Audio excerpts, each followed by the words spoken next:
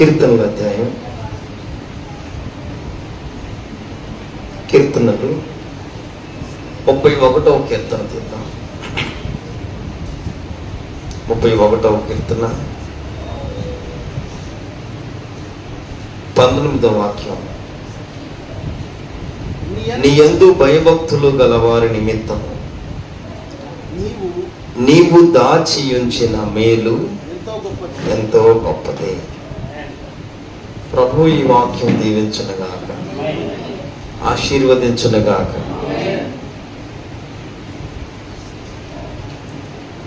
రాత్రికాల సమయం ఈ వాక్యం ధ్యానం చేసాం. ఈ రాత్రి నరుల ఎదుట నిన్ను ఆశ్రయించు వారి నిమిత్తము నీవు సిద్ధపరిచిన మేలు ఎంతో గొప్పది. ప్రభు ఈ వాక్యమును దీవించునుగాక, ఆశీర్వదించునుగాక.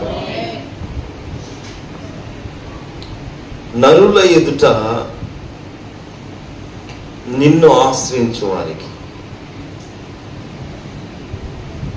ఈ కీర్తనలో దావీదు రాస్తూ అంటాడు, 31వ కీర్తన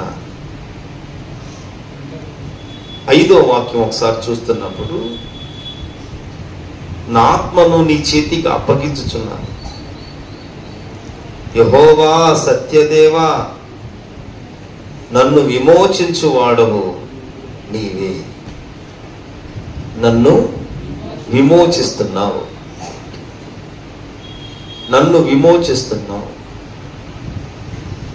ఇది నాలో విమోచించబడ్డాం. విమోచించబడిన అనుభవం. నన్ను దేవుడు విమోచించాడు, నేను విడిపించబడ్డాను. విమోచన క్రైధనము యేసు క్రీస్తు రక్తము చేత విశ్వసించిన వారమై నేను విమోచించబడ్డాను. సత్యదేవా, నీవు నన్ను విమోచించావు, నా ఆత్మను నీ చేతికి అప్పగిస్తున్నా అంటాడు.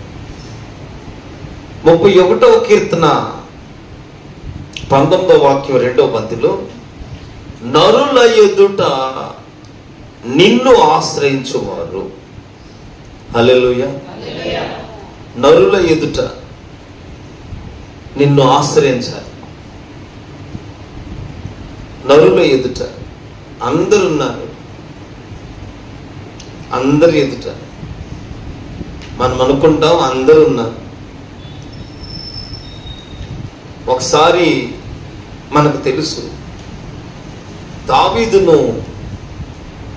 దావీదు పైన సౌలు రాజు ఈట విసురుతున్నాడు.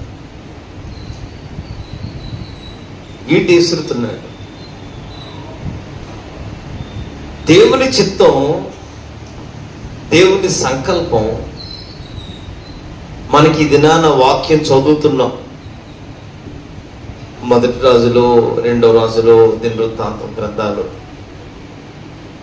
పుస్తకాల్లో మనం చదువుతున్నాం. బైబిల్లో చదువుతూ ఉండబట్టి దావీదు పట్ల ఎంత సంకల్పం ఉందని మనకు అర్థమవుతుంది. యెషయా గ్రంథ కాలం వచ్చేపటికి శాశ్వత కృప ప్రతి అధ్యాయంలో కనబడుతుంటాడు. ప్రవక్తల నోట ఆ మాట వస్తూ ఉంటది. ఇవన్నీ చదువుతుంటే ఒక సంకల్పం ఉంది అని ఎంతో కొంత అర్థమవుతుంది, ఎంతో కొంత గ్రహించగలుగుతున్నాం.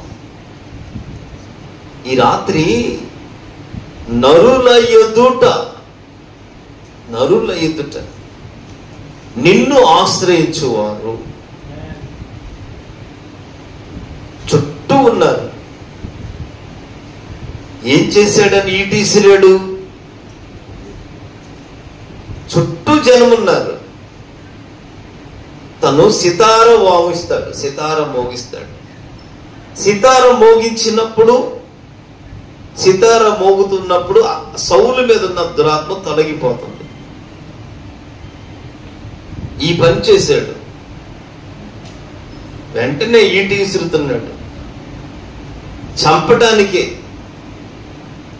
ఇలా పలు మార్లు విసురుతున్నాడు. ఈ కృపాకాలంలో మనమైతే దేవుని చిత్తం, దేవుని సంకల్పం, దేవుని ఏర్పాటు మన పట్ల ఉన్న, మన పట్ల, నా పట్ల, నీ పట్ల దేవుని సంకల్పం ఏంటో మనకు తెలిస్తే, మనకు అర్థమైతే, మనకు కనుక గ్రహింపు వస్తే, నరుల ఎదుట ఎక్కడున్నాం? ఒక్కరుగానే రక్షించబడ్డాం. అపోస్తలుడైన పౌలు రాస్తూ కొరింథీ పత్రికలో, ఓ మనుషుడా, నీవు ఎలా రక్షించబడ్డావు? రక్షించబడ్డాం, భార్యగా రక్షించబడ్డాం, కుటుంబాలుగా రక్షించబడ్డాం, యవనకాల్లో రక్షించబడ్డాం.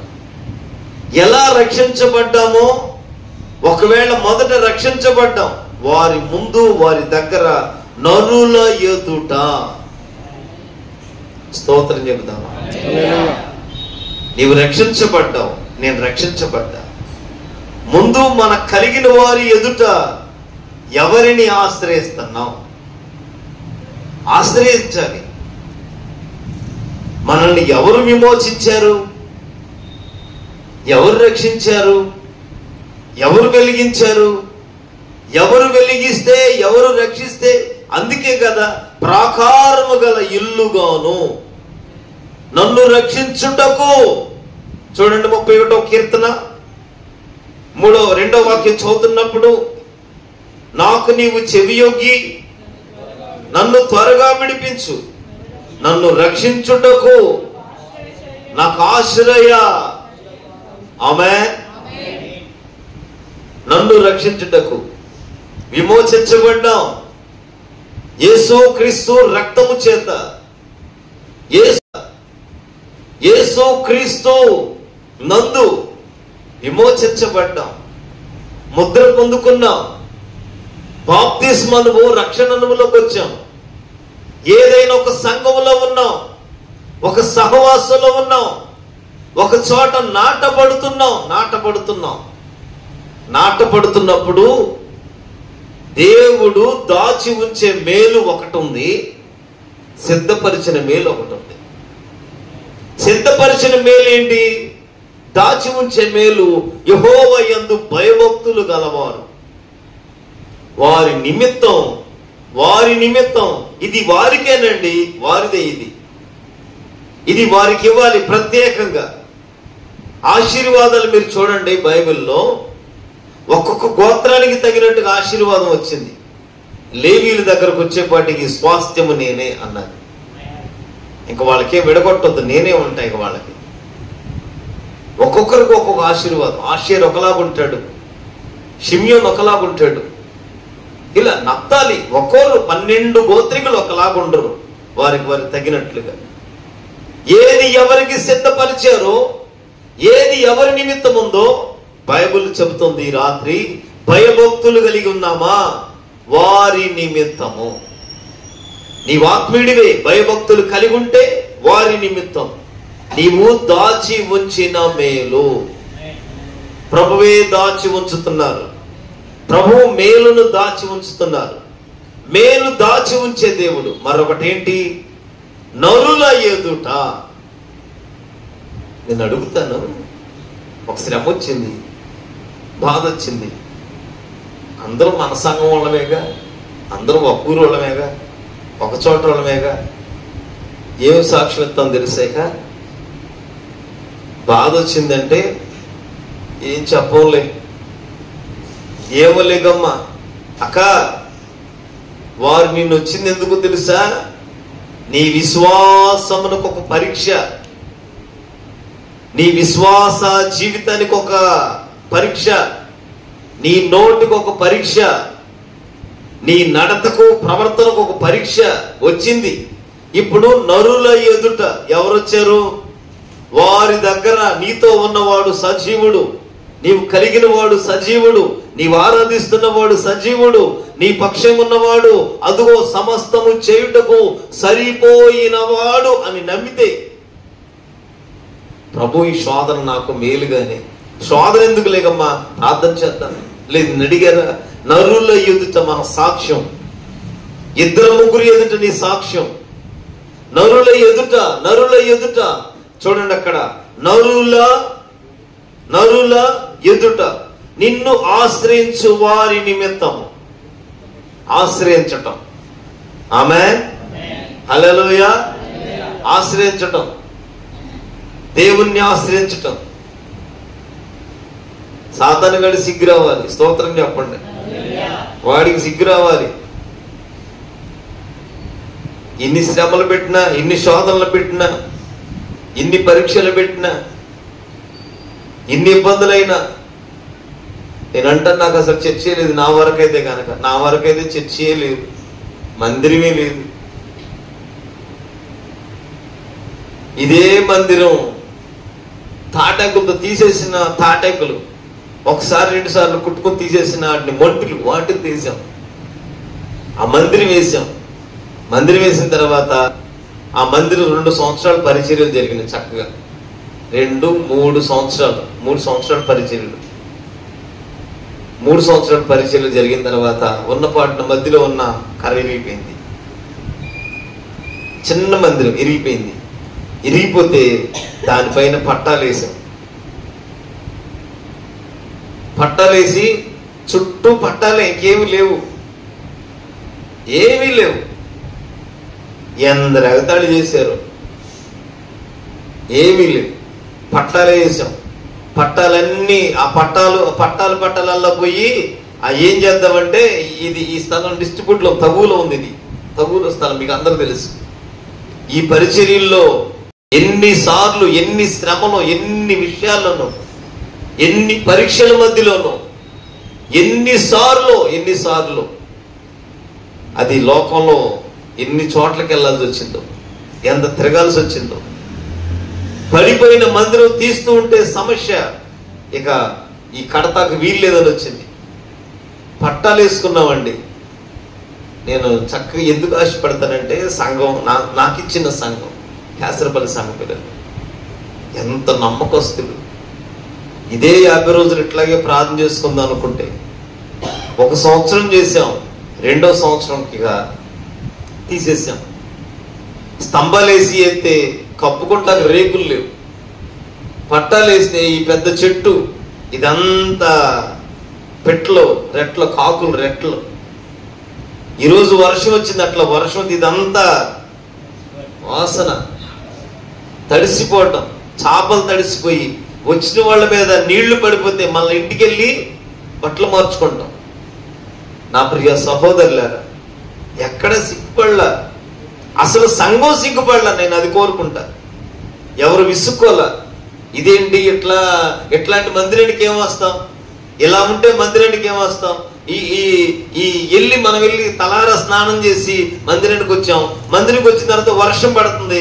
వర్షం పడితే ఇక్కడ కుర్చీ తీసి అటు వేసుకుంటే అక్కడ పడుతుంది, అటు తీసుకుంటే వేసుకుంటే అటు పడుతుంది. ఎటు చూసినా చుక్కలు పడిపోవటం. పడేది కాకుండా ఈ ఎండలకి పడున్న కాపులు పడేసిన అదంతా ఆ వాసన కొట్టుకుని ఆ నీళ్లు చుక్కలు పడిపోతా ఉన్నా అట్లా ఉండి మళ్ళీ ఇంటికి వెళ్ళిన వారు ఉన్నారు, ఎందరో ఉన్నారు. అసలు ఆరాధన విడిచిపెట్టలేదు, ప్రార్థనలు ఆగిపోలేదు. ఎంత ఎగతాళి చేశారు. నరుల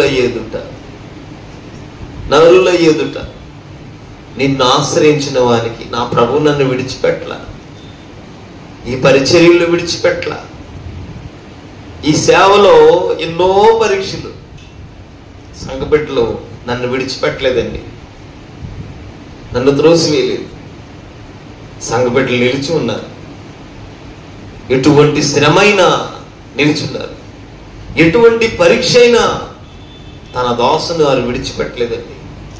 అందుకే ఎప్పటికీ నేను వాళ్ళకి ఎప్పటికీ ఏదో నాకు తోచిన రీతిగా నేను గొప్పవాడిని అంటలా. వాళ్ళ విషయంలో మాత్రం కేసరపల్లి సంఘబిడ్డ చిన్న పరిచర్య, నరుల ఎదుట యెహోవాను ఆశ్రయించటం. అదే నరుల ఎదుట మందిరం లేదండి, ఎట్లా పడద్దని నేనైతే తినలేదండి. ఆ సాక్ష్యం, ఆరాధన బాగుంటది, ప్రార్థన బాగుంటది, కాసేపు చేసుకుందాం, వర్షం దుక్కులు వాన పడుతున్నా అట్ట కూర్చొని తడిసిపోతున్నా చాపలన్నీ తీసేసి ఉన్న 10 కుర్చీలు కూడా ఎక్కువ లేవు. ఆ కుర్చీలో కూర్చుని ఇటుమూలకు అటుమూలకు జరిగి ఆరాధన అయిపోవడం, ఆరాధన అయ్యేదాకా వాళ్ళని అట్టాగుంటవి. అంత ఇబ్బంది పడ్డా. నరులో ఎదుట ఏది రోజున నిజమే ఒక పరీక్ష, ఒక శోధన. అందుకే రోమపత్రిక 5వ అధ్యాయం చదువుతున్నప్పుడు ఈ నిరీక్షణ మనలను సిగ్గుపరచదు. ఈ నిరీక్షణ మనలను సిగ్గుపరచదు.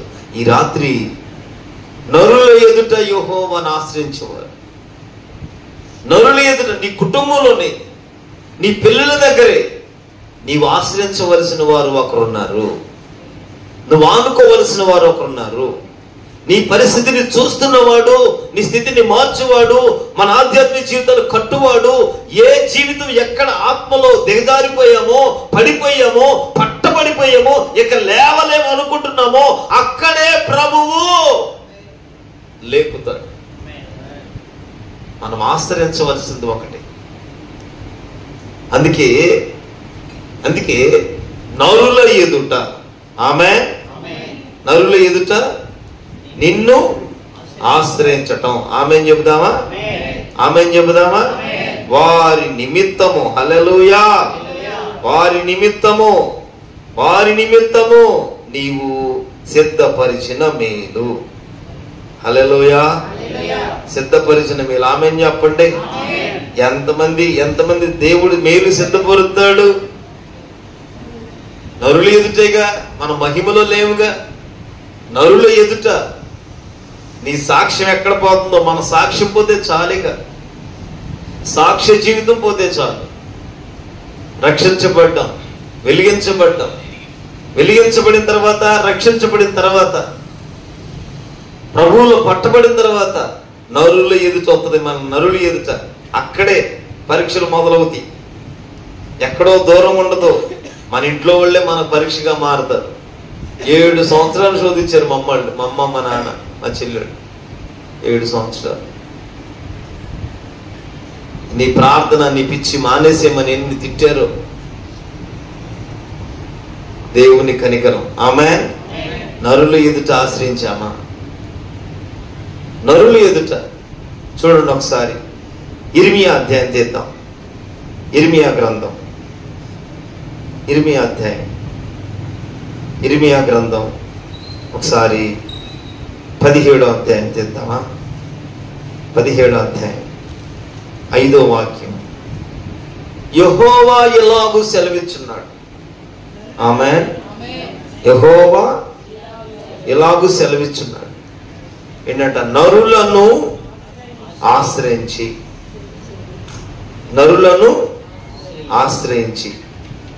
ఎవరిని ఆశ్రయిస్తామంట? నరులను ఆశ్రయిస్తాం. ఎందుకంటే నరులను ఆశ్రయిస్తాం. మనం నరులమేనా? స్తోత్రం చెప్పండి. హల్లెలూయా. నరులను ఆశ్రయిస్తాం, కానీ ప్రభువునే కలిగి ఉన్నాం, జీవమునే కలిగి ఉన్నాం, మహిమనే కలిగి ఉన్నాం. కొదువులు తీర్చువాడు, కొరతలు తీర్చువాడు, స్థితిని మార్చువాడు అట్టి ప్రభువునే కలిగి ఉన్నాం. కలిగి ఉన్న నరులను చూడండి, ప్రభు మాట్లాడదు. యెహోవా ఎలాగూ సెలవిచ్చున్నాడు, నరులను ఆశ్రయించి, హల్లెలూయా, నరులను ఆశ్రయించి, శరీరులను ఆశ్రయించి, శరీరులను తనకు ఆధారముగా చేసుకొనుచు తన హృదయమును యెహోవా మీద నుండి తొలగించుకొనువాడు శాపగ్రస్తుడు. అక్క, దేవుణ్ణి నరులను ఆశ్రయించటం, నరులను ఆశ్రయించి శరీరులనేమో ఆధారంగా చేసుకుని తన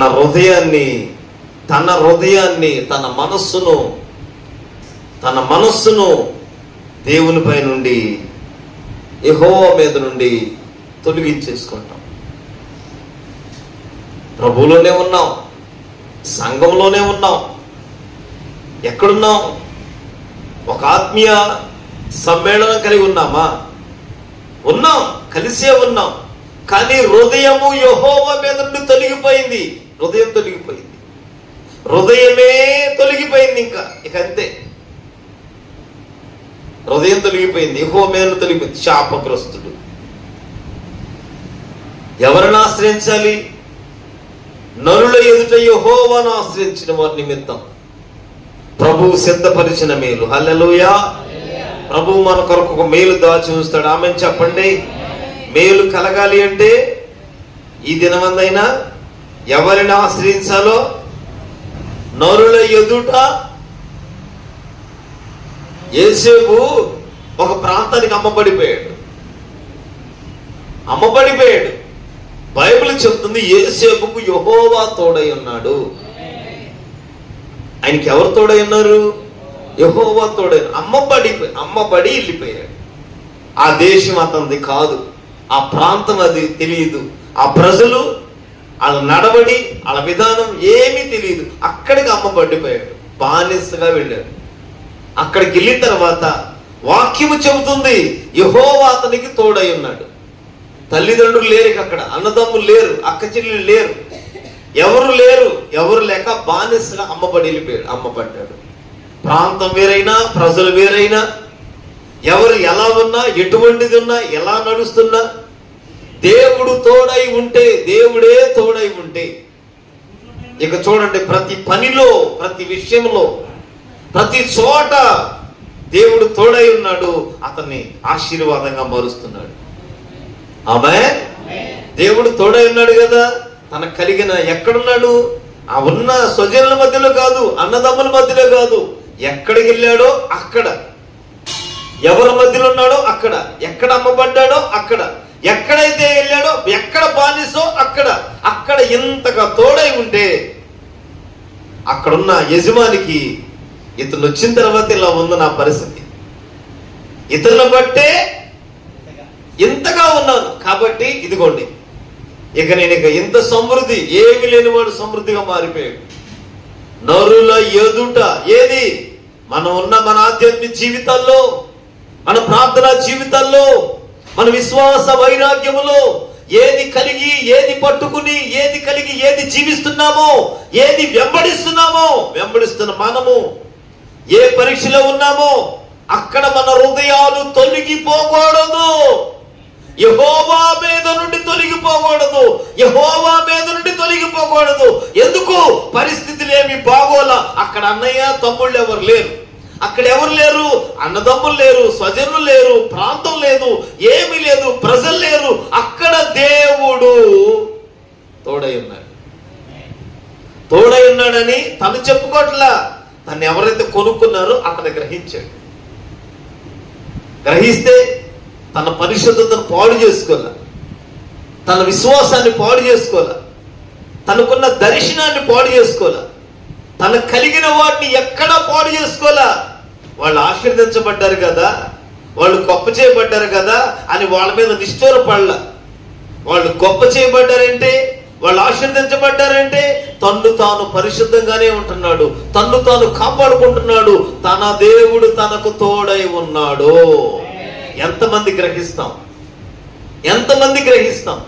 ఈ పొలము చేతికొచ్చింది, ఈ చేను చేతికొచ్చింది, ఈ మంద విస్తరిస్తుంది, ఈ పని విస్తరిస్తుంది, ఈ పరిచర్య జరుగుతుంది, ఈ ఉద్యోగం ఫలభరితంగా ఉంది, ఈ బిడ్డ ద్వారా దీవించబడ్డ కలిగిన బిడ్డలు, నాకు కలిగిన సంపద, నీవున్న మేరల్లో, నీకు కలిగిన దాంట్లో ఎన్నాళ్ళు ఎప్పుడంటావు దేవుడు నాకు తోడై ఉన్నాడు, నా దేవుడు నాకు బిడ్డలు ఇచ్చాడు, నా దేవుడు మందలు ఇచ్చాడు, నా దేవుడు సేవలు నాకు కలిగిన ఇచ్చాడు, నాకు కలిగిన వాటి ద్వారా ఉన్నాడు.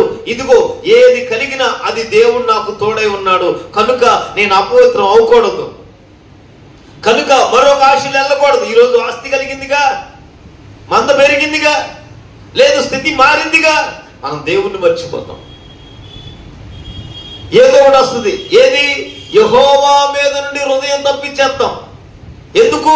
నరులను ఆశ్రయించి, శరీరులను ఆధారం చేసుకుని తన హృదయాన్ని యెహోవా మీద నుండి, తన హృదయాన్ని ఏ దీవెక అంత బాడీ అంత బాగుంటది. స్తోత్రం చెప్పండి. అన్ని బాగుంటాయి, లోపల ఉన్న హృదయం మాత్రం యెహోవా మీద నుండి తప్పుకుంటది. బైబిల్ చెబుతుంది శాపగ్రస్తుడు. అక్క ఎవరు శపించక్కర్లా, ఎవరు శపించరు, ఎవరు శపించే వాళ్ళు లేరు. ఎప్పుడు మన హృదయాలు తొలగిపోతాయో అప్పుడే శాపం. ఇక్కడ అమ్మబడ్డాడు, అన్నల నుండి అమ్మబడ్డాడు, ఇక్కడ బాగుంది. ఇక్కడ నుండి అక్కడ ఇంటికి వెళ్తే ఆ ఇంట్లో ఆశీర్వాదం ఎంత ఉందో అక్కడ అంత పరీక్ష ఎదురైంది. ఎంత సమృద్ధి ఉందో అంత పరీక్ష వస్తుంది. ఇప్పుడు పెద్ద ఫ్యాన్ పెట్టాం, పెద్ద గాలి వస్తుంది. చిన్న ఫ్యాన్ పెడితే, చిన్న ఫ్యాన్ పెట్టి పెద్ద గాలి రావాలంటే ఆశపడితే వద్దా? పెద్ద ఫ్యాన్ని చిన్నగా తగ్గించుకుంటాం, కానీ చిన్న ఫ్యాన్ పెట్టాం, పెద్ద గాలి రావాలంటే వస్తుందా? నీ ఆధ్యాత్మిక జీవితం ఎంత, నీ ప్రార్థన విశ్వాసం, నీ భక్తి, దానిని బట్టే కొలత. అందుకే ఏమంటాడు, ఆయన నన్ను తూచును కదా. న్యాయమంత్రాసులు ఏం చేస్తాడంట? తోస్తాడు. నా కనులతో ఒక నిబంధన చేసుకున్నా. ఆమె చెప్పండి. జాగ్రత్త. ఇక్కడ ఉన్నాడా? ఈ పొద్దు పరింటికాడ నుంచి యోసేపు జీవితం అక్కడి నుంచి మరొక చోటకి వెళ్ళిపోయింది. ఇక పరీక్షల్లో పారిపోయాడు. యవన కాలం కదా, ఏముందలే అనుకోలా. అయినా ఇది మన ఊరా అనుకోలా, ఇది మన ప్రాంతమా అనుకోలా. దేవుడు ఉన్నాడులే. ఉంటే నన్ను అన్నం నుండి వేరు చేస్తాడా? నా తండ్రి నుండి వేరు చేస్తాడా? నా తండ్రి అంత ప్రార్థన పరుడు కదా, ఆయన నుండి నన్ను దూరం చేస్తాడా? మనం ఇదేగా శరీరం అంటే. శరీరం ఆధారం చేసుకుంటే ఏంటి? ప్రతి పని నువ్వు ఆత్మీయుడు కదా, శరీరమైన వారినే చూస్తావు. నువ్వు ఆత్మీయుడు కదా, అన్ని శరీరమైన ఆలోచనలు చేస్తావు. నీవు ఆత్మీయుడు కదా, శరీరంలో తనకు ఆధారంగా చేసుకుంటావు. ఏంటి ఎట్టంటే పరీక్ష వస్తుందా? అసలు ఎట్టా వస్తుందా? ఏంటి చేరేజ్ అన్న ఎట్లా అంటున్నాడు? ప్రతిదీ చేరేజ్ అన్న. మాకు నచ్చట్లేదండి, బిహేవియర్ నచ్చట్లేదండి, తన పని నచ్చట్లేదండి. శరీరంగా ఆలోచిస్తున్నావు. ఇది నువ్వు ఆత్మీయంగా ఆలోచించు, ఇది పరిచర్యను ఆలోచించు, ఇది ప్రభువు అని ఆలోచించు, నేను దేవుని తోటలో ఉన్నాను అని ఆలోచించు. నీ హృదయంలో ఏ క్రియ జరుగుతుందో నీవే సాక్ష్యం ఇస్తావు. నీవే సాక్ష్యం, ఎవరు ఇవ్వక్కర్లా. నీ హృదయాన్ని దేవుడే కట్టాలి. ఆమేన్. నరుని హృదయ ఆలోచన అనేకం ఉంటాయి. యెహోవా తీర్మానమే. ఆ తీర్మానం రావాలంటే యెహోవా తీర్మానం. జాగ్రత్తగా ఉండండి. వాక్యము యెహోవా తీర్మానం. తీర్మానం అంటే ఏంటండి? మీరు ఎప్పుడు వెళ్ళలేదా తీర్మానాలు? తీర్మానం అంటే ఏంటి? ఎప్పుడు వెళ్ళలేదా? ఒక పని చేయాలి, తీర్మానం, అవునా కదా? అప్పుడేంటి? అందరు కలిసి దాన్ని ఆమోదించటం. లోకంలో 10 మంది కలిపి ఒక పని ఆమోదించటం.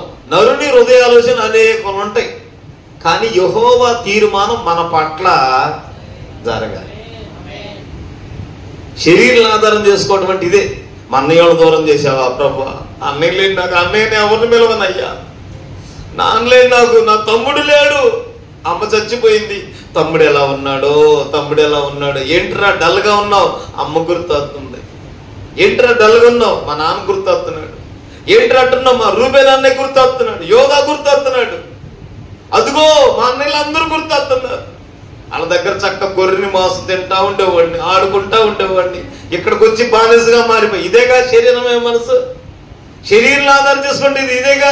ఏదో నాకు పనిలో ఉన్నాం అనుకో, ఇక్కడికి వచ్చావు అనుకో, ఇప్పుడు ఆడపిల్ల అత్తగారింటికి వచ్చింది అనుకో, అమ్మగారింటి కాడ ఆలోచనలే ఉంటాయి. మా తమ్ముళ్ళు ఏం చేస్తున్నారు, బాగున్నారు, బాగాలేదు, నీకు అసలు ప్రేమ లేదు. అదేగా. ఇప్పుడు ఇక్కడికి వచ్చి ఒక ఊరు దాటి వచ్చాం, ఊరు దాటి వచ్చిన ఆలోచనలు మారుతాయండి. ఆలోచించండి. ఊరు దాటి వచ్చాం, ఢిల్లీ వెళ్ళి ఆలోచనలు మారుతాయా? మారు. ఆత్మీయులకి అదే కావాలి. అమ్మబడిన వాడు, పట్టబడిన వాడు, వెళ్ళిపోయిన వాడు యెహోవా తోడై ఉన్నాడా లేదా? నీతో దేవుడు ఉన్నాడా? నీ పక్షంగా ఉన్నాడా? నీ పట్ల ఇది దేవుని చిత్తమేనా? నేను నమ్మానండి, నా పట్ల దేవుని చిత్తమేని. నాకు కలిగిన ఇబ్బందులని మీరు చూస్తున్నారు, ఇది నా పట్ల దేవుని చిత్తమే, నేను నమ్ముకున్నా.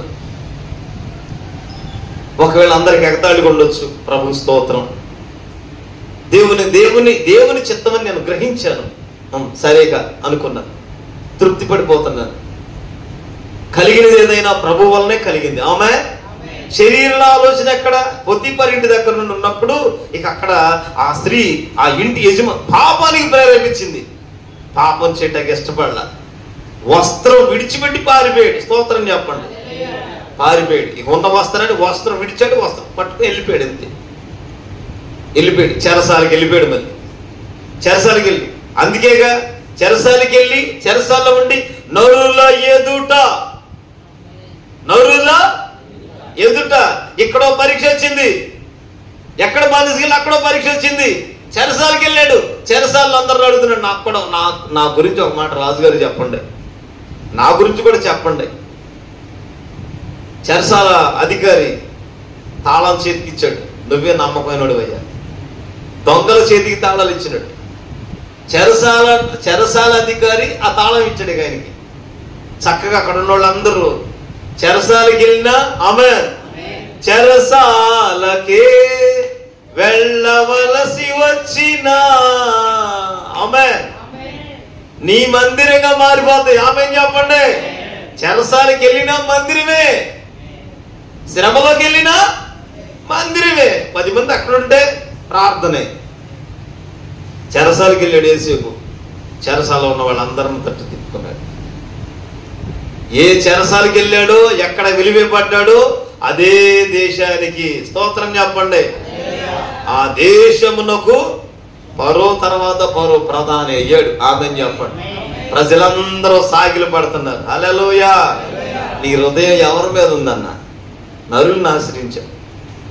శరీరులేమో ఆధారం చేసుకుంటాం.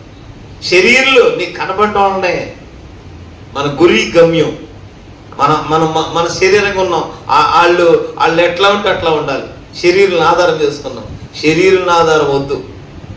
శరీరులను ఆధారం చేసుకున్నాం. చూడండి, అక్కడ ఒకసారి అధ్యాయం చూడండి. ఇర్మియా అధ్యాయం 17వ అధ్యాయము 5వ వాక్యం చూస్తే యెహోవా ఎలాగూ చదివిస్తున్నాడు, నరులను ఆశ్రయించి శరీరం తనకు ఆధారముగా చేసుకొనుచు తన హృదయమును యెహోవా మీద నుండి తొలగించుకొనివాడు శాపగ్రస్తుడు.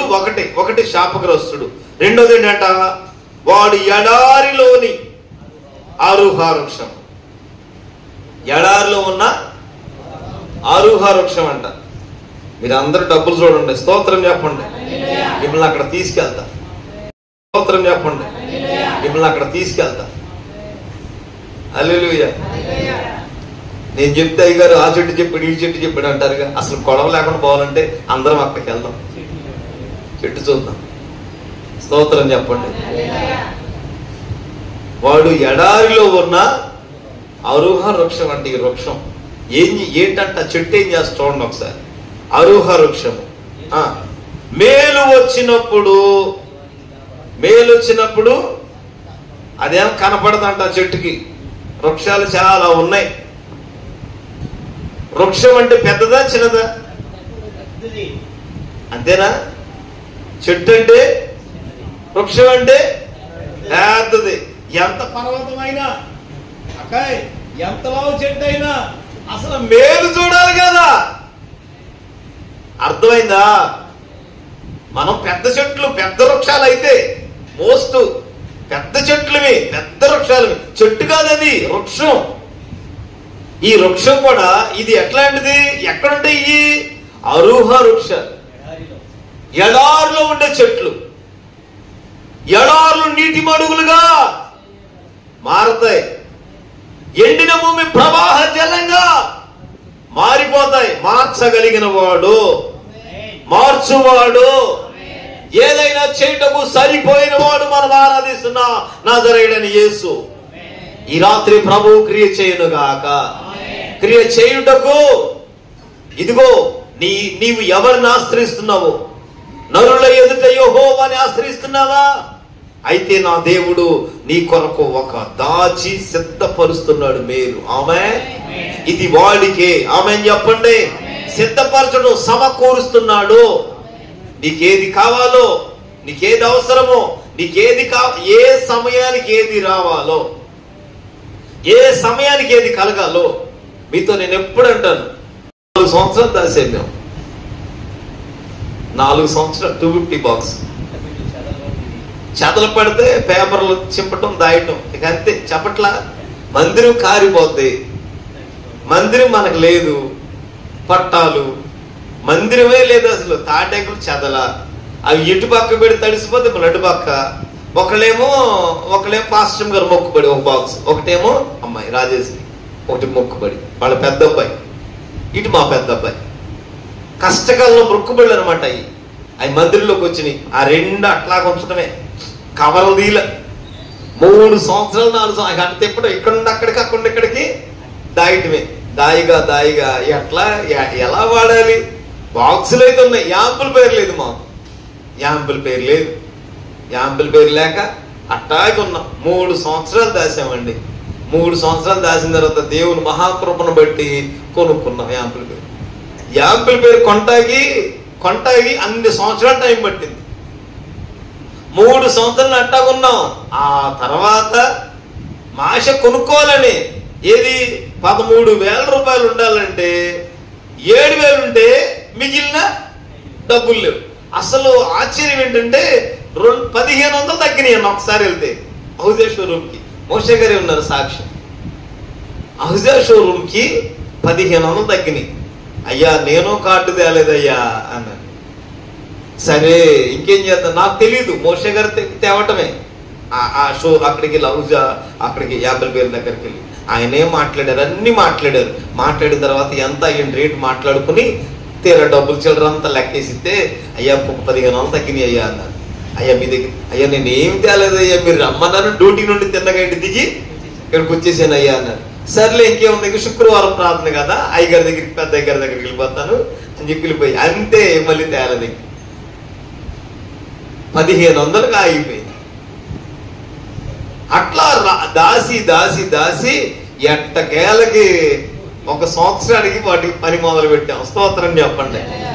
పని మొదలు పెట్టిన తర్వాత అలా కొద్ది రోజులు మరలా ప్రార్థనలు పెడతాం. ఇప్పుడైతే మాత్రం నెలకి ప్రతిరోజు ఎక్కడో చోట, నెలలో 2-3 సార్లు 3-4 సార్లు ఈ బాక్సులు ప్రతి చోటకి, ప్రతి కోటానికి. అసలు కేసరపల్లి 1 సంవత్సరం అయితే గనక వారం ప్రార్థనలు సంవత్సరం చేస్తానన్నాం. హల్లెలూయా. ఖాళీగా ఉన్న బాక్సులకి పని. మనం అనుకుంటాం మనకైతే ఇప్పుడే త్వరితంగా వచ్చింది ఏది నిలవదు. తొందరపాటు అక్కర్లా, తగిన సమయానికి ప్రభు దయచేస్తాడు. ఎడారిలో ఉన్న ఈ అరుహ వృక్షం అంటే ఈ వృక్షం, దీనికి చూడండి అసలు వాక్యం చెప్తుంది 17వ అధ్యాయము 6వ వాక్యంలో, వాడు ఎడారిలో ఉన్నాడు, యెహోవా యొద్ద నుండి హృదయం తొలగించుకున్నాడు, హృదయమును యెహోవా మీద నుండి తొలగించుకున్న వాడు శాపగ్రస్తుడని చెబుతూ, వాడు ఎడారిలోని అరుహ వృక్షం వలె ఉండును, మేలు వచ్చినప్పుడు అది వానికి కనపడదు. కానీ ఈ రాత్రి బైబిల్ ధ్యానం చేస్తున్నాం. నరుల ఎదుట నిన్ను ఆశ్రయించిన వారికి నీవు సిద్ధపరిచిన మేలు. ఆమేన్. ప్రభువు మనకు నీకు చెప్తేనే సిద్ధపరిచినట్టు. చాలా తల్లులు చెప్తారు, అన్ని సిద్ధపరుస్తారు అంతే. కూడబెడతారంట, మనం అంటాం కూడబెడతారు. ప్రభు ఒక మేలు సిద్ధపరచాలి. సిద్ధపరిచిన మేలు నీకు తెలియాలి. నీవు ఆత్మీయుడివే కదా, ప్రభు దగ్గర నుండి, ప్రభు మీద నుండి. అదుగో నీ హృదయాన్ని తొలగిపోకూడదు. నరులను కాదు నువ్వు ఆశ్రయించవలసింది, శరీరులు కాదు నువ్వు ఆశ్రయించవలసింది, శరీరులు కాదు నువ్వు ఆధారం చేసుకోవలసింది, శరీరుల వైపు కాదు మనం చూడవలసింది. ఎందుకో తెలుసా? ఎప్పుడైతే నరులను ఆశ్రయిస్తున్నావో, ఎప్పుడైతే నరులను ఆధారం చేసుకుంటున్నావో, ఎప్పుడైతే 2 నీలో కలుగుతున్నాయో, నీ హృదయం మీద నుండి, నీ హృదయంలో నుండి అదుగో యెహోవా నీ యొద్ద నుండి తప్పుకుంటున్నారు, తొలగిపోతున్నారు. హృదయం నుండి పరిశీలన చేసేవాడు, అంతరింద్రియంలో పరిశీలించేవాడు, అదుగో నువ్వు పడుకుంటా, కూర్చుంటా, లేచుంటా, నడుచుంటా, నీ దినచర్యలు మన దినచర్య ఎరిగిన వాడు, సజీవుడైన దేవుడు మనం చూస్తున్నాడు. ఆయన యొద్ద మన హృదయం తొలగిపోయింది. తొలగిపోతే శాపగ్రస్తుడైతే ఏమవుద్దిరా బాబు అంటే మేలు వస్తుంది. ఆ సంగతే మేలు వస్తుంది, మేలు కలుగుతుంది. చూడండి, అసలు మేలు కలుగునప్పుడు, మేలు వచ్చినప్పుడు అది వానికి కనపడదు. కనపడిపోతే ఏం చేయాలి? ఒకసారి నా వైపు చూడండి అందరూ. కనపడిపోతే ఏం చేయాలి? స్తోత్రం చెప్పండి. హల్లెలూయా. హల్లెలూయా చెప్పండి. అంతేనా కదా, నాకు కనపట్లా, నేనేం చేస్తున్నా?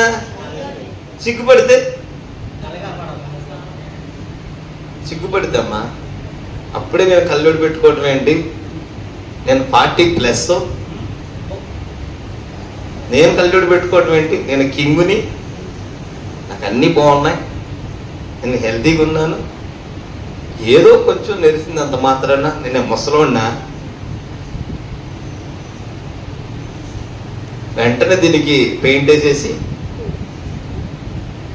దీనికి ఏదో ఒకటి చేసేసి కళ్ళజోడు పెట్టుకుంటా కూడా, ఏంటండి చదవండి, మళ్ళీ చూడండి, ఏంటిది ఏంటిది అనేదానికంటే, అమ్మ అడిగేదానికంటే సిగ్గుపడకుండా దేవునికి లోబడినట్టు ఆమె ఏమండి మన లోపల ఏమి తీసేసుకుని అల్లు చెప్పండి అమ్మ, అన్ని మార్చుకున్నట్టు మనల్ని మనం తగ్గించుకుని, అనుకుంటే అనుకోని, నవ్వుకుంటే నవ్వుకొని, ఏదైతే నాకు ముఖ్యం కళ్ళు కావాలి, స్తోత్రం చెప్పండి, నాకు చూపు కావాలి, నాకు మేలేదో తెలియాలి కాబట్టి ఏం చేయలేదు, నేను వెంటనే కళ్ళజోడు పెట్టుకుని ఇక ముందుకు మన ప్రయాణం. ఆమేన్ చెప్పండి. మేలు వచ్చినప్పుడు చూడండి, అక్కడ మేలు వచ్చినప్పుడు అది వానికి కనపడదు. యెహోవా మీద నుండి తన హృదయాన్ని తొలగించేసుకున్నాడు. ఇందుకేనా ప్రభువును కలిగింది? నేను అడుగుతున్నా, ప్రభువును కలిగావు కదా, లోకంలో కొన్ని విడిచిపెట్టావు, కొన్ని మానలేవు, కొన్ని వెళ్ళటల్లా. స్వతంత్రం మనకుంది, స్వతంత్రం ఉంది, అన్ని చేయదగినవి మాత్రం కాదు. స్వతంత్రం ఉంది, అన్ని చేయదగినవి మాత్రం కాదు. స్వాతంత్రం ఉంది, దేవుడిచ్చాడు మనకి, వాక్యములు ఉన్నాం కాదంట్లా. అన్ని చేయదగినవి కాదండి, కొన్నే. దినదినము ప్రభువులో, దినదినము ప్రభువులో, దినదినము యేసు క్రీస్తులో, దినదినము నిన్నీవగా నన్ను నేనగా దేవునికి సమీపంగా వెళుతూ మన హృదయాలని యెహోవా మీద నుండి తొలగించుకోకూడదు. నా దేవుడు నాకు ఒక మేలు సిద్ధం, ఆమె సిద్ధపరిచిన మేలు నేను చూస్తున్నాను, సిద్ధపరిచిన మేలు నేను పొందుకుంటున్నా. ఎందుకు? నరుల ఎదుట యెహోవాను ఆశ్రయిస్తున్నాను. నేను ఎవరి ఆలోచన తీసుకోవట్లేదు, ఎవరి వైపు చూడట్లేదు, నన్ను నడిపించువాడు. అందుకే ఈ కీర్తనలు అంటాడు కదా, ఇదిగో కీర్తన 31వ కీర్తన ఒకసారి చూడండి. ఇది 31వ కీర్తన, కీర్తనలు 31వ కీర్తన, ఒక్కసారి 31వ అధ్యాయము కీర్తనలు 3వ వాక్యంలో, నా కోట నా కొండ నీవే, నీ నామమును బట్టి త్రోవ చూచి నన్ను, హల్లెలూయా, త్రోవ చూచి నన్ను, ఆమేన్ చెప్పండి. త్రోవ చూపి, ప్రభువే త్రోవ చూపాలి, ప్రభువే నడిపించాలి. ఎప్పుడు నడుపుతావు? ఎలా నడుపుతారు? నీ పని ఏంటి తెలుసా? వెయిట్ చేయటమే. ఆమేన్ చెప్పండి. ప్రభు దగ్గరికి నిలబడు, అంతే. ఈ వస్త్రాలు మాలిన్యం అంటకుండా, ముడత కళంకం అక్కడ రాకుండా, అపవిత్రం అవ్వకుండా, ఒకవేళ చేదైన వేరు ఏదైనా వస్తదేమో, కలుగుద్దేమో, మొలుస్తుందేమో అన్న భయముతో, నీ వాక్య భయమే నా లోపల ఉందని అనటానికి రుజువుగా, నీ విశ్వాస యాత్ర ఏది, నీ విశ్వాసం ప్రారంభించావో, నిన్ను నీవుగా నన్ను నేనుగా, అదుగో మా ప్రభు మా కొరకు ఒక మేలు సిద్ధపరిచాడు. తప్పక ఆ మేలు మాకు కలుగుతుంది. అది ప్రభు సిద్ధపరిచిందండి, మనుషులు సిద్ధపరిచింది. ప్రభు ఒక మేలు సిద్ధపరిచాడు, ఒక మేలు ప్రభు సిద్ధపరిచాడు.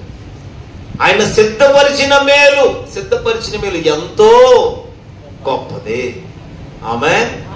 నిజమే. యేసేపు కాలంలో యేసేపు అక్కడే ఉన్నాడు అనుకున్నాం మనకి ఇప్పుడు చదువుతున్నాం కాబట్టి, ఒక చరిత్ర మనకు తెలిసింది కాబట్టి, కాస్తో కోస్తో యేసేపు అలా ఉన్నాడురా అనిపిస్తుంది. అనుకున్న ఆయన అలా అనుకున్నాడు కానీ నేను ఈ దేశానికే ప్రాధాన్యతను అనుకున్నాడా?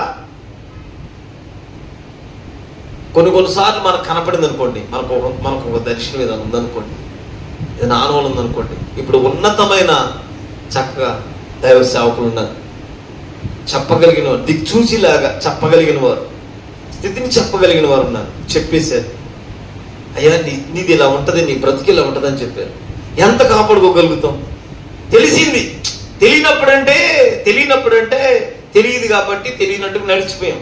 ఇప్పుడు తెలిసింది, నీ పట్ల దేవుని ఉద్దేశం ఇలా ఉందన్నా మనం ఎంత జాగ్రత్తగా ఉంటాం. అలా యేసుకి ఎవరైనా చెప్పారా, బ్రదరు నువ్వు ఈ ఐగుప్తుకే పరువు అవుతావు నువ్వు అని ఎవరైనా చెప్పారా? అబ్బా అట్ట చెప్తే కనుక నేను ఐగుప్తుకి పరువునయ్యా కిరణన్నా, నేను ఐగుప్తుకి పరువుని, ఇదిగో నేను పరువునైపోయా, నేను ఈ పరువు ఉండడు, నెక్స్ట్ నేనే ఇప్పుడు ఇక్కడ ఏది జరిగినా నా చేతి మీద వెళ్తుంది, ఏది ఇచ్చినా నేనే చెప్తాను, ఏది చేసినా నేనే చేస్తాను. ఇక అదేగా మనకు తెలిసిందంటే ఇక వెంటనే ఒక డోలు పట్టుకుని దాన్ని ఇక జరిగేదేమో అనవసరం, వచ్చేదేమో తెలియదు, ఇక మనకు తెలియదు. ఈ మాట చెప్పాడంటే ఖచ్చితంగా జరిగిపోద్ది, నిజంగా ఆ మాట జరుగుతుంది కాబట్టి ఇప్పుడు మనం ఎట్లా ప్రిపేర్ అవ్వాలి, ఎలా పరిపాలించాలి, ఏం చేద్దాం, మనం ఎట్లా మార్చాలి, ఈ మనుషుల్ని ఎలా మార్చాలి, వీళ్ళందరూ ఒకసారి మన క్రైస్తవులకు మార్చితే ఎట్లుంటది, ఈ ప్రాంతానికి వచ్చాం కాబట్టి వీళ్ళందరూ మనోళ్ళు అయితే ఎలా ఉంటది, ఈ ప్రాంతంలో దేవుడు మనకి పనిస్తానన్నాడు అంటే ఇక మనం ఎందుకు కోరుకోవాలి? ఏమండి, దున్నుకున్నోడిదే పొలం, ఏమండి పండించుకుంటేనే పంట. ఉత్తరాది వైపు అంతేనండి, ఒకప్పుడు ఉత్తరాది వైపు అడవి ప్రాంతం ఏంటి, ఎన్ని అనుకుంటే అంత పొలం. సాల్మన్ నాయక్ గారిని రేపల్ల ఆడ తీసుకెళ్ళాం. అక్కడ తీసుకెళ్తే ఆయన మా మేనమామ గారు, పాస్టర్ గారు, ఆయన అయ్యగారు అప్పుడు చాలా ఒక 7, 8, 10 సంవత్సరాలు అవుతుంది. అప్పుడు తీసుకెళ్తే అయ్యగారు వాక్యం బాగుంది, చాలా మంది వచ్చారు. చాలా మంది వస్తే ఆయన అయ్యగారు చెప్తున్నారు, అయ్యా ఫోన్ చేస్తే నేను వెళ్ళి డేట్ తీసుకున్నా వచ్చాం. అప్పుడు అంటున్నాడు అయ్యగారు చెప్తున్నారు అయ్యా ఇక్కడికి వచ్చినప్పుడు ఏం లేదయ్యా, 2 ఎకరాలు అప్పుడు వచ్చాం కదా, కొత్త కదా, 2 ఎకరాలు మొత్తం 2 ఎకరాల దాకా మొక్కల్ని కచ్చంది నరికేసి మామిడి తోటలు వేసాం. ఆ 2 ఎకరాలు పొలం అయింది. మళ్ళీ ఇంకో 2 ఎకరాలు 4 ఎకరాలు పొలం అయింది. మళ్ళా 2 ఎకరాలకు పట్టా రావాలయ్యా, ప్రార్థన చేయండి అన్నాడు. స్తోత్రం చెప్పండి. అదే కనుక నేను పాస్టర్ గారిని నేను ఇక్కడికి వచ్చి పనిచేయడం ఏంటి, నేను మొక్కలు నరకడం ఏంటి, నేను ఈ ఊరు వచ్చిన తర్వాత నేను అయ్యగారిని కదా, నేనే ఇక్కడ ఏదైనా మాట సాగేటట్టు ఉండాలి. కానీ మన మొక్కలు నరికి మన మొక్కలు వేయడం అనుకుంటే ఒక 20 ఏళ్ళు వచ్చేపాటికి 20-30 సంవత్సరాలు అయిందంట ఆయన వచ్చి. 30 సంవత్సరాల కాడికి మన సహవాసంగా పెద్ద అయ్యగారిని అక్కడికి వెళ్ళేప్పటికి అయ్యగారు చెబుతున్నారు, ఇవన్నీ చెప్తుండే 6 ఎకరాల పొలం. అదే ఇల్లు చెట్టు కూర్చుంటే చక్కగా బుద్ధిమంతులాగా మేలు వచ్చిన సంగతి, మేలు కలిగే సంగతి కనపడదు. అప్పుడు ఊరిని నరుక్కున్న పొలాలు ఇప్పుడు ఎన్ని డబ్బులు అయినాయి మీకు తెలుసుగా, ఆ పక్క ఎంత రేట్లు అవుతున్నాయో. మేలనే సంగతి, మేలన్న సంగతి, మేలు వచ్చే సంగతి కనపడదేగా. మనం అనుకుంటాం అప్పుడు, అబ్బా నాకు గనక అవకాశం ఉంటే నేను కూడా 2 ఎకరాలు చేసేవాడిని కదరా నాయన అనుకుంటాం. మేలు అదే మరి. స్తోత్రం చెప్పండి.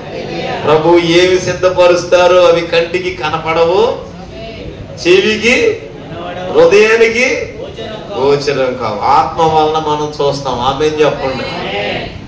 ఏమి సిద్ధపరిచాడో నరుల ఎదుట నీవు యెహోవాను ఆశ్రయిస్తున్నావో, దేవుని పైన ఆనుకుంటున్నావో, ఆశ్రయించడం చేతనవుతుందా? నరులను ఆశ్రయిస్తున్నావా, రాజులను ఆశ్రయిస్తున్నావా, లేదు నీ బలమును జ్ఞానం ఆశ్రయిస్తున్నావా? అందుకే అతడు మేలు కలుగునప్పుడు, చూడండి 17వ అధ్యాయం 17వ అధ్యాయంలో 17వ అధ్యాయం, వాడు మేలు వచ్చినప్పుడు వానికి కనపడదు. వాడు అడవిలో కాలిన నేల అంటది, అడవిలోనే కాలిన నేల. స్తోత్రం చెప్పండి. అడవిలో కాలిన నేల, ఎడారిలో ఉన్నాడు, అడవిలో కాలిన నేల యందును నిర్జలమైన చవిటి భూమి యందు అక్కడ నివసిస్తాడు. తన హృదయాన్ని యెహోవా మీద నుండి తీసేసుకున్నాడు అనమాట. ఇక ఎక్కడ నివసిస్తాడు? ఎక్కడ అడుగులు కాలిపోతాయో మనకు సెంటిమెంట్గా బూడిద రాసుకోవాలి, ప్రార్థనలు ఉండాలి కదా, అంతేగా మరి. అప్పుడు ఇప్పుడు ఇదేంటిది? కాలిపోయింది ఏంటిది? ఇది బూడిదే. అక్కడ బలిపీఠం దగ్గర ఉంది బూడిదే. రెండు సమానంగా అంటే అది ఇది ఒకటే, రైట్. అయితే ఇప్పుడు ఏంటి? వాళ్ళు గోరుపట్ట కట్టుకోవాలి, అంతేముంది ఇంకా అదేగా. అతడు ఎడారిలో ఆరోహ వృక్షం వల్లే ఉంటాడు. మరొకటి, మేలు వచ్చినప్పుడు అది కనపడదు. వాడు అడవిలో కాలిన నేల ఏమన్నా పండుద్దా? కాలిన నేలలో పండదు. కాలిన నేల యందు నిర్జలమైన జీవమైనది కాదు, నిర్జమైన ఏంటంటే నిర్జనమైన సవిటి భూమి, సౌడు భూమి. అక్కడే మొక్క మలవదు, ఏ పంట ఉంటాకు మాత్రం ఇదేంటిది? ఆరోహ వృక్షం. ఇది ఎంత లావడ చెట్టు, ఎంత లావడదే. సంవత్సరాలు అనుకోండి దానికి, 100 ఏళ్ళు అనుకోండి, 200 సంవత్సరాలు అనుకోండి. కానీ ఎక్కడుంది? ఎడారిలో ఉంది. దేవుడు మేలు చేస్తాడా? తెలియదు. మేలు వారికి కనపడదు. అందుకే బైబిల్ చెబుతుంది, చూడండి తర్వాత వాక్యం, 7వ వాక్యం, యెహోవాను నమ్ముకొనువాడు ధన్యుడు. ఆమేన్, ఆమేన్, ఆమేన్. యెహోవాను నమ్ముకొనువాడు ధన్యుడు. యెహోవా వానికి ఆశ్రయముగా ఉండునుగాక. యెహోవా నమ్ముకున్నావా అన్నా? ప్రభు నీకే ఆశ్రయం ఉంటున్నారు. ప్రభువు నీకు ఆశ్రయంగా ఉన్నారు. ఇంకా నీ కొరకు ప్రభు సిద్ధపరచునుగాక. సిద్ధపరిచిన మేలు, యేసయ్య ఒక మేలు సిద్ధపరచాలి. నా కొరకు ఒక మేలు సిద్ధపరచాలి. మేలు కలగాలి. నీకు మేలు కలగాలనే ప్రభు కోరుకుంటున్నారు. మేలు కలుగుటకే ఉపదేశం చేస్తారు. మేలుతో నిన్ను తృప్తిపరుస్తారు. మేలు వెంట మేలు, మరొక మేలు చేయడానికి కృప చూపుతున్న వాడు సజీవుడు. ఈ రాత్రి మనం ఆరాధిస్తున్న ప్రభు మేలు చేయాలని ఆశ కలిగాడు. అందుకే యెహోవా నమ్ముకున్నవాడు ధన్యుడు. యెహోవా వానికి, మనం ఆశ్రయించడం కాదు, యెహోవా వానికి ఆశ్రయం ఉన్నారు. ఆశ్రయం ఉంటే వాడు జలముల యొద్ద నాటబడిన చెట్టు. వాడు ఎక్కడుంటాడంట? యెహోవా వాడిని ఆశ్రయించాడు, యెహోవా ఆశ్రయించాడు. ఆమేన్. యోసేపును యెహోవా ఆశ్రయించాడు కనుక ఎక్కడున్నా జలముల యొద్ద నాటబడి చెట్టులాగా ఉన్నాడు. జలములు ఎడారైనా నీటి మడుగులు అయిపోతుంది. ఎండిన భూమి ఫలభరితం. ఎక్కడైనా నాటు, ఎక్కడ నాటు. శరీరంగా కొన్ని ఫలాలు పండవు. కొన్ని చోట్ల ఫలాలు కనపడవు. కొన్ని చోట్ల నాటపడదు. కొన్ని నేల సౌడు నేల పండిపోతాయి.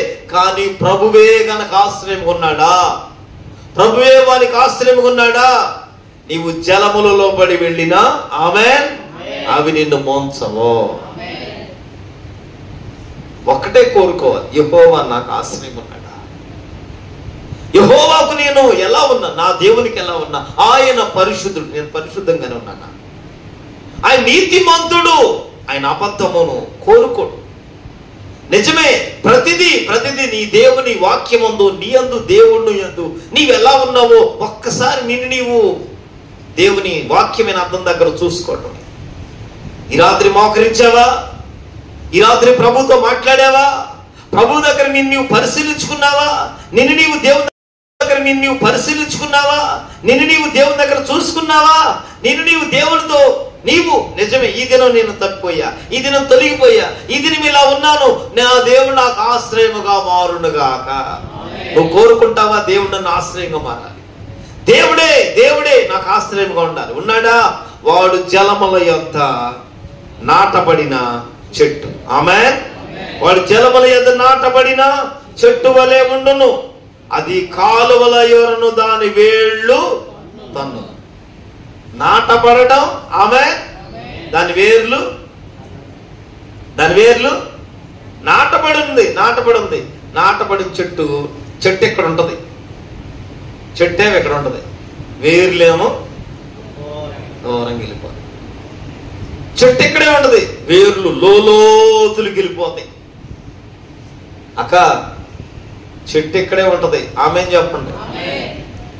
నేను కోరుకుంటా అలా ఫలించాలి. ఆమె ఇక్కడే రక్షించబడ్డాం, ఎక్కడి నుండే ప్రారంభం అవ్వాలి, ఎక్కడి నుండే కదలాలి. ఎక్కడే ఉంటది, చెట్టు ఎక్కడే ఉంటది, వేర్లు మాత్రం నీటి కాలవల, వేర్లు మాత్రం లోతుకి ఇక వేరు లోతుకి వెళ్ళిపోద్దా లేదా తాగిపోద్దా? సార్లే నేను 10 సంవత్సరం పాటు పెరుగుతాను ఇంకెందుకు అనుకుంటుందా? ఏది అయ్యో ఇక్కడ రాళ్ళు ఉన్నాయి, ఇటు ఎట్లా వెళ్తా నేను? మీరు చూడండి, రాళ్ళు వేయండి అక్కడ, రాళ్ళ పక్క నుండి మొక్క పెట్టండి, అన్ని రాళ్ళు వేసేయండి, కొంచెం మట్టేయండి, వేరు వస్తుంది. రాళ్ల మీద నుండో, రాళ్ల పక్క నుండో, మళ్ళీ దడి పక్క నుండో, ఆ గోడ పక్క నుండో నేల మన్ను దొరికేదాకా వేరు వెళ్ళిపోతుంది. మన్ను దొరకంగానే లోతుకి వెళ్ళిపోతుంది. ఆమె దాని వేర్లు అంట, చదవండి, దాని వేర్లు అది కాలవల వరను, దాని వేర్లు తన్నును. ఈ దినమందైనా యెహోవా ఆశ్రయించాలని కోరుకుంటున్నావా?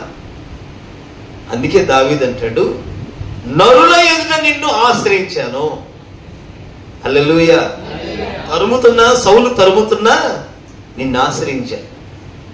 సౌలు తరుముతున్నా నిన్నే ఆశ్రయించా. తైలం పోయబడిందిగా, అభిషేకం పొందుకున్నాడుగా, యెహోవా యుద్ధాలు చేస్తున్నాడు.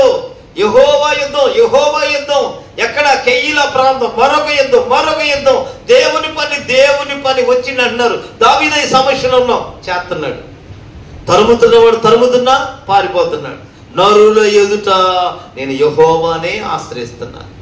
నా దేవుడు నాకు ఒక మేలు సిద్ధపరిచిన మేలు ఎంత గొప్పదండి, ఎంత గొప్పది.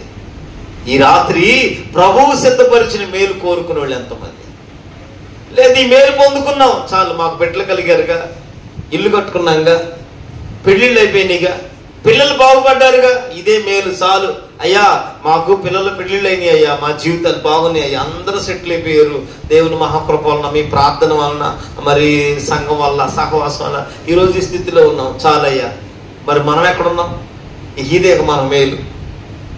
అందుకే యెహోవాను ఆశ్రయించడానికి నీవు సిద్ధపరచాలి, ప్రభువు సిద్ధపరచాలి.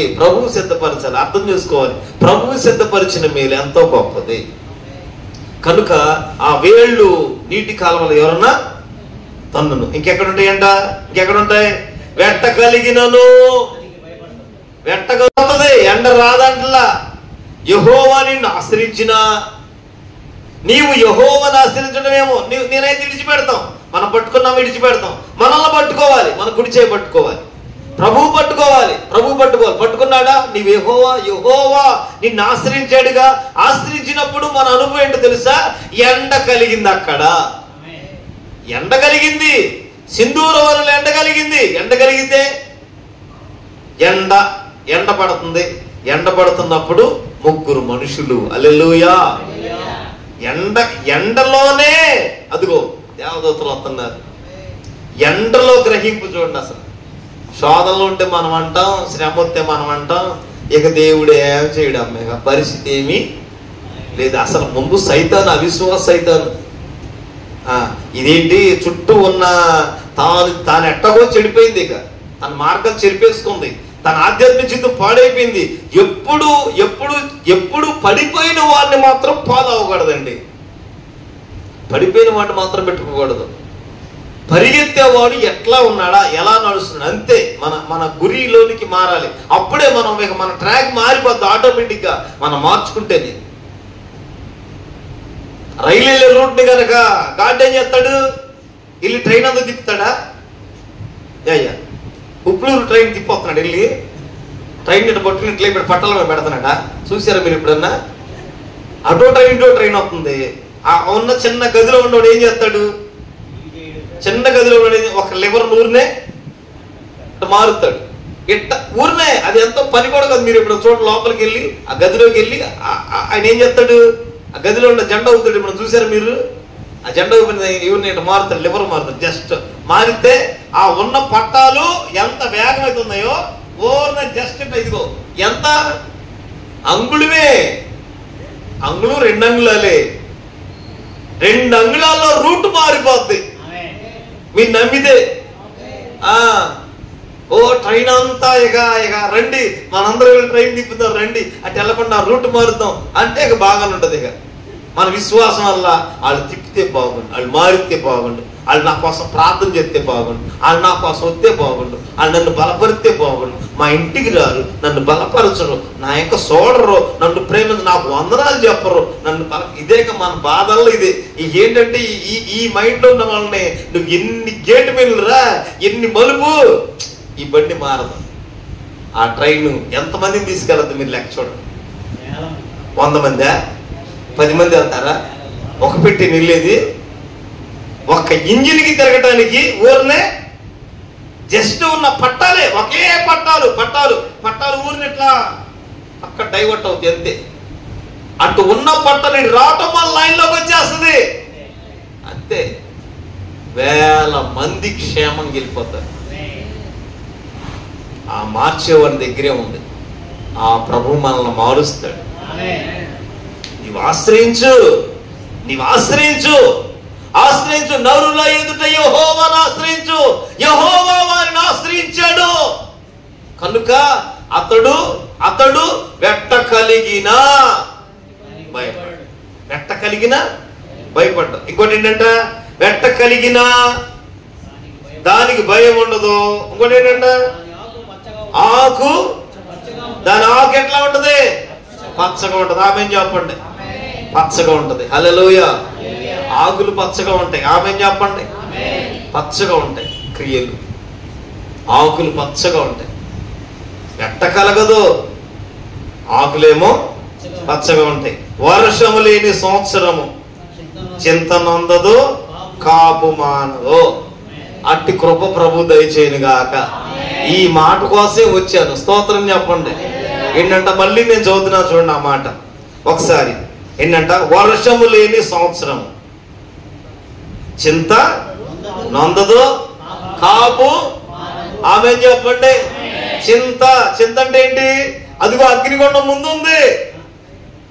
అంటే ఎవడరా మేము మొక్కమాయా, మేము దిగమాయా, మేము వెళ్ళాము, మా దేవుడు సమర్థ అన్న మాటలకి మళ్ళీ అగ్నిగుండం 7 అంతలు పెరిగింది. మాకు చింత లేదు, మాకేమీ చింత లేదు. మనమైతే కనుక ఒకసారి ఎందుకన్నా పెద్దోడు పిలవండి, అడిగి చెప్తాం, అయ్యా పెద్దోడా పరిస్థితి బాగోలేదురా, ఇదిగో దేవుడి పరిస్థితి వచ్చింది, ఇన్ని సంవత్సరాల సేవలో ఇక నా జీవితం ఇలా అయిపోతాను అనుకోవాలా. నేను పెళ్లి చూస్తానేమో అనుకున్నాను కానీ పెళ్లి కూడా చూడలేకపోతున్నా. నీ కొడుకులను ఎత్తుకుందాం అనుకున్నా కానీ ఆశ కూడా అట్లా, పిల్లల ఆశ లేదు. ఇక నాకేంటో. కానీ నీకు 2 మాటలు చెబుతా, దేవుడు నమ్మకయ్యా, అదొక్కటే చెబుతా, దేవుడు నమ్మకయ్యా, దేవునితో ఉండయ్యా. సరే అని చెప్పి ఏమాలే ఒక రాజు హృదయం దేవుడు మార్చొచ్చు.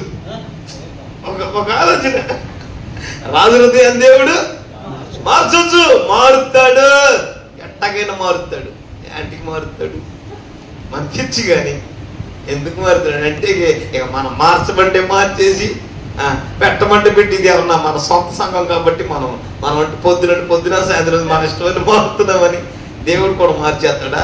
మన బుద్ధులు మారవు, మన గుణాలు మారవు, మన తత్వాలే మారవు. మన కనుక వర్షం రాలేదనుకో, వర్షం అంటే ఆమె చెప్పండి, పై నుండి వచ్చే వర్షం రాలేదనుకో ఇక చూడే అసలు అల్లాడిపోతాం. అయ్యి వర్షాలు ఎక్కువ వచ్చినా అల్లాడతాం, వర్షాలు రాకపోయినా అల్లాడతాం. వర్షం లేని సంవత్సరం అంటది, చింత ఉండదు.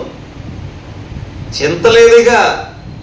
కాబు ఆమె ఎందుకో తెలుసా? యెహోవా వారిని ఆశ్రయించారు. ఈ రాత్రి ప్రభువే ఆశ్రయించును గాక. మరి నీవు దేవుణ్ణి ఆశ్రయిస్తావా? నరుల ఎదుట యెహోవాను ఆశ్రయిస్తావా? నరుల ఎదుట యెహోవాను ఆశ్రయించి అనుభవమైన నీ అనుభవం ఈ దినమందైనా దేవుని ఎదుట, ఏది నరుల ఎదుట యెహోవాను ఆశ్రయిస్తాను.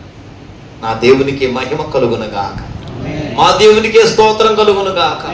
మా దేవునికి కృతజ్ఞత చెల్లునుగాక. మా దేవుని ఘనత, మహిమ, ప్రభావములు, స్తోత్రములు